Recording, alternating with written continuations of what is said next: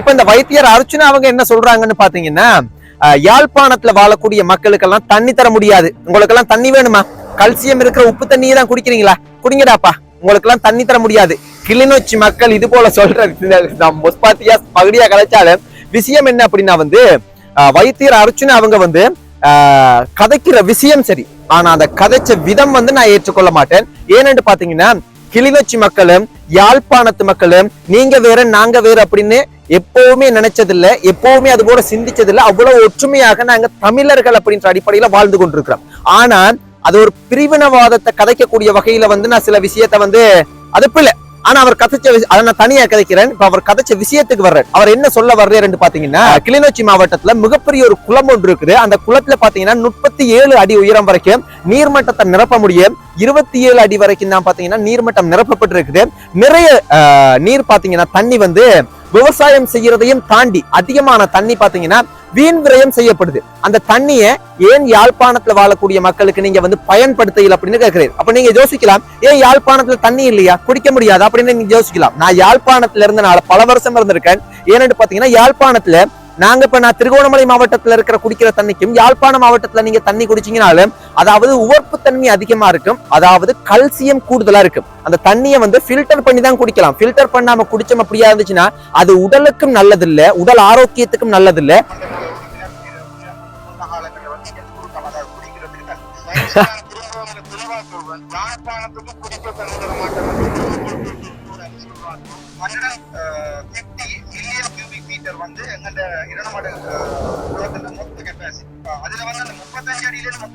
சரி, என்ன பிரச்சனை அப்படின்றத நான் உங்களுக்கு சுருக்கமா சொல்றேன்.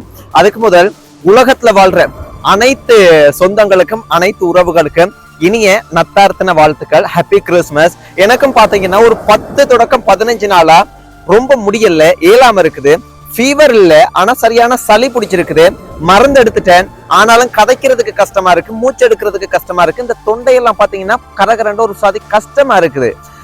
ஹாஸ்பிட்டல்ல மருந்து எடுத்திருக்கிறேன், ஆனாலும் அது என்னன்னு தெரியல. சரி, யாராவது இந்த வீடியோ பாக்குற வைத்தியர்கள் யாராவது இருந்தாங்கன்னா ஏதாவது ஒரு சிறந்த ஆலோசனையை தாங்க.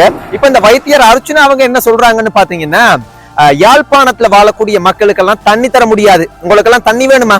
கல்சியம் இருக்கிற உப்பு தண்ணியை தான் குடிக்கிறீங்களா? குடிங்கடாப்பா, உங்களுக்கு எல்லாம் தண்ணி தர முடியாது.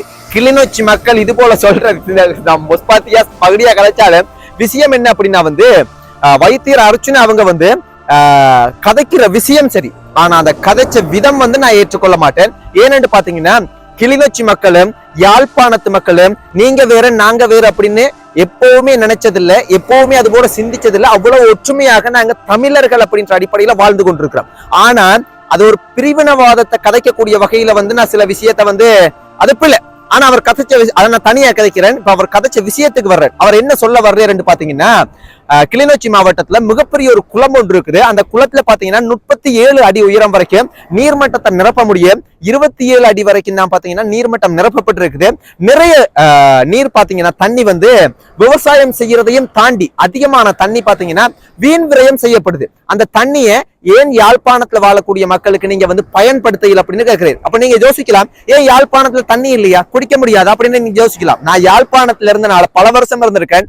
ஏன்னு பாத்தீங்கன்னா, யாழ்ப்பாணத்துல நான் திருகோணமலை மாவட்டத்துல இருக்கிற குடிக்கிற தண்ணிக்கும் யாழ்ப்பாண மாவட்டத்துல நீங்க தண்ணி குடிச்சீங்கனாலும் அதாவது உவர்ப்பு தன்மை அதிகமா இருக்கும், அதாவது கல்சியம் கூடுதலா இருக்கும். அந்த தண்ணியை ஃபில்டர் பண்ணி தான் குடிக்கலாம். ஃபில்டர் பண்ணாம குடிச்சோம் அப்படியா இருந்துச்சுன்னா அது உடலுக்கும் நல்லதில்ல, உடல் ஆரோக்கியத்துக்கும் நல்லதில்ல. அதே போல அது குடிக்கிறதுக்கு கொஞ்சம் கஷ்டமா இருக்கு. அப்ப அது பழக்கப்பட்டவங்க குடிப்பாங்க, புதுசா போனவங்க குடிக்கிறதுக்கு கொஞ்சம் சரியான சிரமமா இருக்கு. அப்ப ஃபில்டர் பண்ணி பாத்தீங்கன்னா அதிகமான தண்ணி அங்க விற்பனை செய்யப்படும். நான் பார்த்திருக்கிறேன், நானே ஃபில்டர் பண்ண தண்ணி நிறைய தடவை வாங்கியிருக்கிறேன். அதாவது இந்த கடைகள்ல எல்லா நாட்டுல எல்லா இடத்துலயுமே விற்பனை செய்யப்படுறது போல போத்தல்ல போட்டல் தண்ணி விற்கிறாங்க. அதை நான் சொல்ல இல்லை. இது சுத்திகரிக்கப்பட்ட நீர் அப்படின்னு பாத்தீங்கன்னா விற்பனை செய்யப்படும். ஒரு போத்தல் ஒரு 3 ரூபா 2 ரூபா தான் வரும் ஒரு போத்தல் தண்ணி.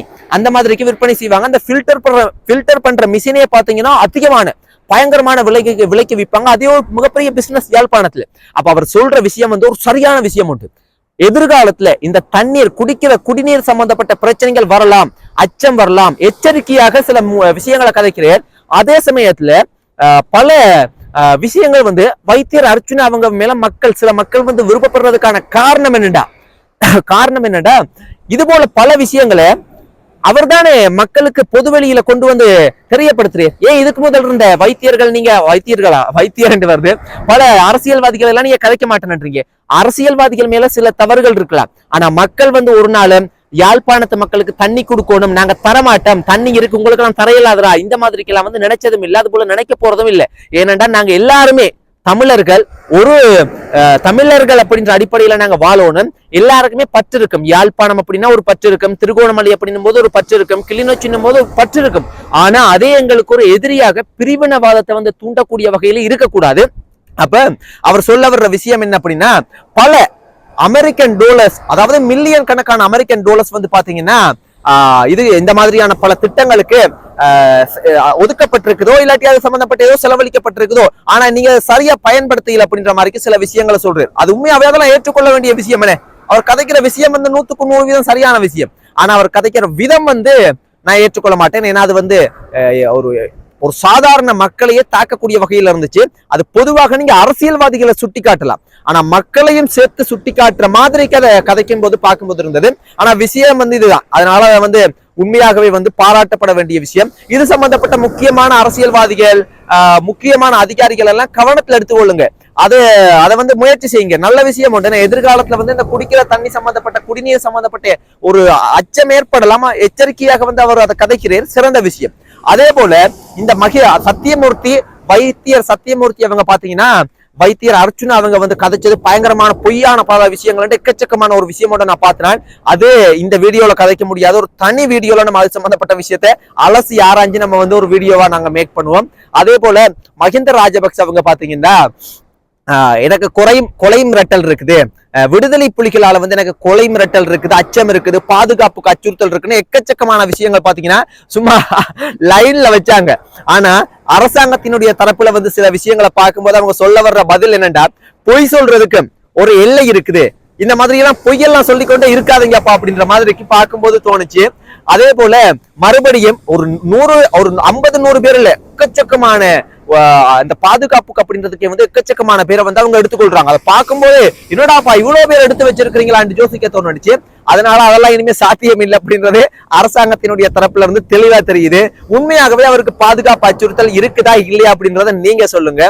இப்படி எக்கச்சக்கமான பல விஷயங்கள் இருக்குது. நத்தார்த்தனத்தை முன்னிட்டு 384 385 ஆண் கைதிகளும் கிட்டத்தட்ட 4 பெண் கைதிகள் என்று நினைக்கிறேன். இப்படி இந்த இலங்கை நாட்டில் இருக்க எல்லா சிறைச்சாலைகள்லயுமே சேர்த்து நேற்றைய தினம் கிறிஸ்துமஸ் நத்தார்த்தனத்துக்காக சந்தோஷமாக வெளியில வந்து பாத்தீங்கன்னா வந்து அவங்களை வந்து விடுவிக்கிறதுக்கு அரசாங்கம் முயற்சி எடுத்திருந்தாங்க. அதை வந்து பாராட்டப்பட வேண்டிய விஷயம். இவர்கள் பெரிய குற்றங்கள், பாரிய குற்றங்கள், இந்த போதைப் பொருள் சம்பந்தப்பட்ட குற்றங்கள் எல்லாம் கொலைகள் செய்தவர்கள் அல்ல, சின்ன சின்ன குற்றங்கள். அதுக்கான ஃபைன், தண்டப்பணம் செலுத்துவதற்கான பணம் இல்லாத காரணத்தினால அவங்க வந்து அந்த சிறைச்சாலையில வந்து அவங்க தண்டனை அனுபவிச்சு கொண்டிருந்தாங்க. அவர்களை தான் பாத்தீங்கன்னா விடுதலை செய்யறதுக்கு முயற்சி செஞ்சிருக்காங்க. அது ஒரு சந்தோஷமான விஷயம் உண்டு. இப்படி எக்கச்சக்கமான பல விஷயங்கள் நாட்டுல போகுது. ஆனா எதையுமே கதைக்கிறதுக்கு எங்களுக்கு உடல் ஆரோக்கியம் நமக்கு சரியாக இல்லை. இதுதான் விஷயம். சரி மக்களே, நன்றி. இந்த கதைச்ச இந்த விஷயங்கள் கூட நான் தெளிவா எல்லாத்தையுமே கதைக்க முடியாததுக்கான காரணம் என்னடா, எனக்கு மூச்செடுக்கிறதுக்கு கஷ்டமா இருக்கு, இந்த தொண்டை நோகுது, கஷ்டமா இருக்கு, கொஞ்சம் சுகம் இல்லாம இருக்கிறேன். அதுதான் விஷயம். நன்றி மக்களே, பாய்.